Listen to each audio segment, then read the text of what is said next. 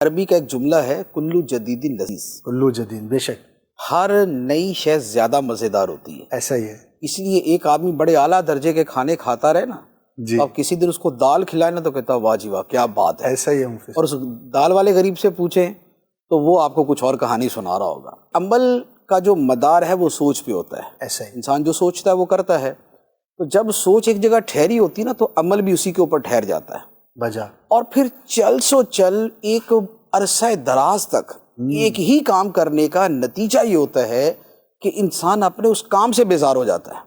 بالکل آپ نے صحیح فرمایا۔ آپ نے دیکھا ہوگا کہ زندگی میں بہت سے لوگ آ کے یہ سوال کرتے ہیں کہ یار ہم نا اکتا گئے اپنے کام سے، نا ہم اکتا گئے اپنے کام سے، ہم کیا کریں، ہماری زندگی میں کوئی چام نہیں ہے، ہماری زندگی کے اندر کوئی تازگی نہیں ہے، سٹک ہو گئے ہیں، ہم سٹک ہو گئے، ہم جامد ہو گئے۔ وہ اتنا پریشان ہوتے ہیں، بعض تو مریض بن جاتے ہیں۔ ایسا ہی ہے، یعنی کہ مونوٹونیس جو ہے، یکسانیت جو ہے، بعض تو اس کی وجہ سے سٹریس میں، انگزائٹی میں، ایون کہ ڈپریشن میں چلے جاتے ہیں کہ وہ ایک ہی ڈگر پہ کام کرتے کرتے بیزار ہو جاتے ہیں، بھلے وہ کام کتنا ہی اعلیٰ کیوں نہ، بھلے کام کتنا ہی اعلیٰ۔ میں نے بڑے بڑے افراد کو دیکھا ہے کہ زندگی کی ابتدائی جب ان کے کسی بھی جاب کے ایام ہوتے ہیں نا تو ان میں ایک جذبہ ہوتا ہے، ایک جوش ہوتا ہے، کیریئر کی ابتدا جو ہوتی کیریئر کی جو ابتدا ہوتی، لیکن 2 4 5 سال کے بعد وہ ایسے ٹھنڈے ہو کے بیٹھے ہوتے ہیں کہ ان کو پکڑ کے ہلانا پڑتا ہے کہ پلیز ڈو سم تھنگ، تو وہ بیچارہ کہتا نہیں بس بہت ہو گیا۔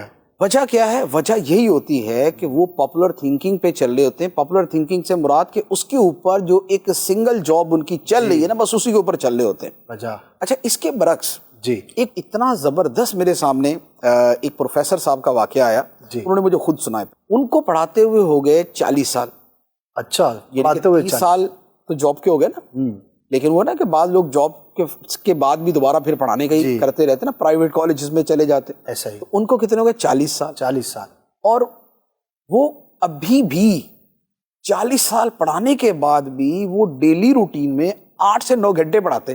اچھا، کمال ہے۔ تو میں نے ان سے کہا کہ اتنا عرصہ پڑھانے کے بعد بھی ایسا، اس میں کیا اس میں لذت اور مزہ ہے؟ انہوں نے مجھے 2-3 چیزیں بیان کی، اور میں اس کو میں نے اس کو سمجھ کے جب میں نے اپنے پورے سسٹم پہ اپلائی کیا نا کہ ہمارے ہاں جامعات میں اور دیگر شعبوں میں کیا پرابلم ہوتی ہے، اس ساری کے پیچھے یہ چیز تھی۔ وہ کیا تھی؟ وہ بیسیکلی جیسے انگلش کے پروفیسر تھے نا، جی، انہوں نے کہا کہ مفتی صاحب میں یہ کرتا ہوں کہ میں ہر سال اپنا سبجیکٹ چینج کر لیتا ہوں۔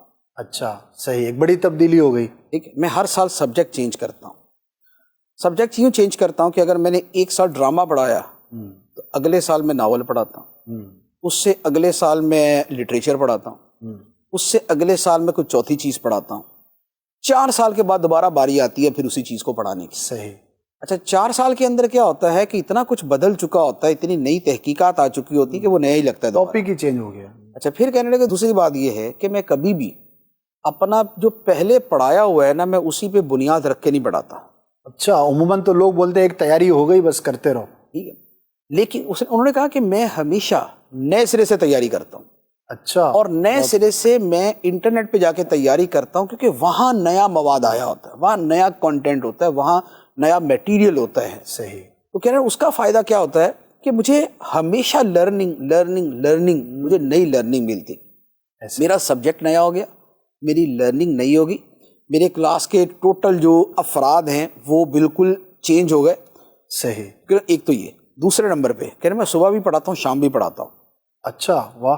صبح میں یہ جو میں پڑھاؤں گا نا چیز، شام میں ہمیشہ اس سے ہٹ کے کچھ اور ہی پڑھاؤں گا، تاکہ ڈیلی روٹین میں بھی تبدیلی رہے، ڈیلی روٹین کے اندر ہی تبدیلی رہے۔ واہ۔ پھر جہاں میں صبح پڑھاتا ہوں، شام کو میں وہاں کبھی نہیں پڑھاؤں گا۔ اچھا، جگہ بھی تبدیل۔ یعنی بعض اوقات ہوتا ہے نا کہ ایوننگ کلاسز ہوتی ہیں اسی فیکلٹی کے اندر، ایسا ہی وہاں نہیں پڑھاؤں گا، میں کسی اور جگہ پڑھاؤں گا۔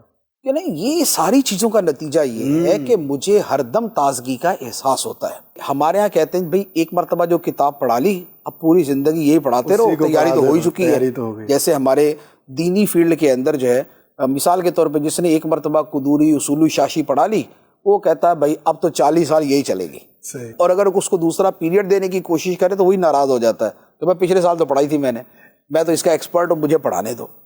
لیکن یہ 5-6 سال تو تھوڑا سا مزاق ہے، اس کے بعد سہولت رہتی ہے، اور 10 سال کے بعد یہ عذاب جان ہو جاتا ہے۔ کیونکہ پھر اسی سے بوریت ہو جاتی ہے. بالکل. پھر وہی مسئلہ، وہی صورت، وہی مثال، اس میں کچھ نیا آ ہی نہیں رہا. تو پھر آدمی اپنا گریبان پکڑ کے جھنجھوڑا ہوتا ہے کہ بھائی یہ کیا ہو رہا ہے میرے ساتھ.